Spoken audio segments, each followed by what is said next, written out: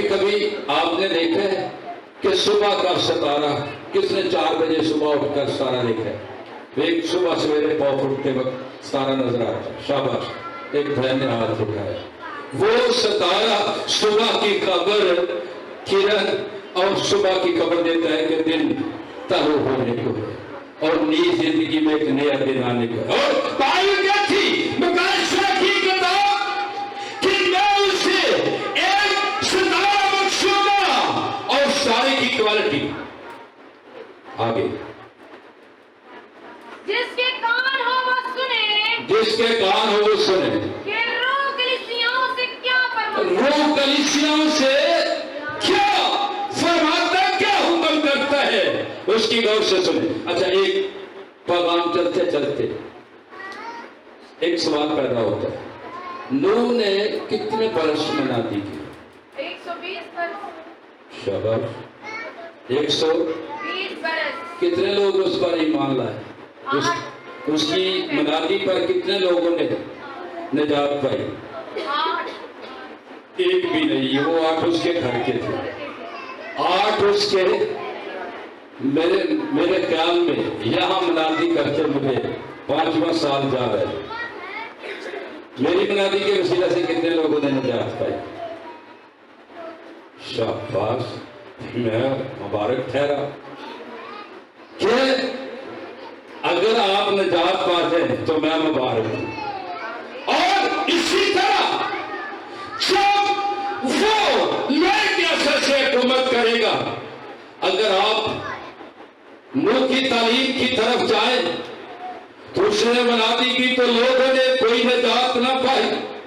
اگر میری منادی پر آپ خدا کے کلام کے وسیلہ سے یقین رکھتے ہو اور میں ایمان رکھتا ہوں کہ لوگ اس منادی کے اعتبار سے لوگ نجات پائیں گے، اور بائبل کہتے ہیں کہ جو ان باتوں کی سمجھ رکھتا ہے میں اسے آسمان سے چمکتا ہوا ستارہ عنایت کروں گا۔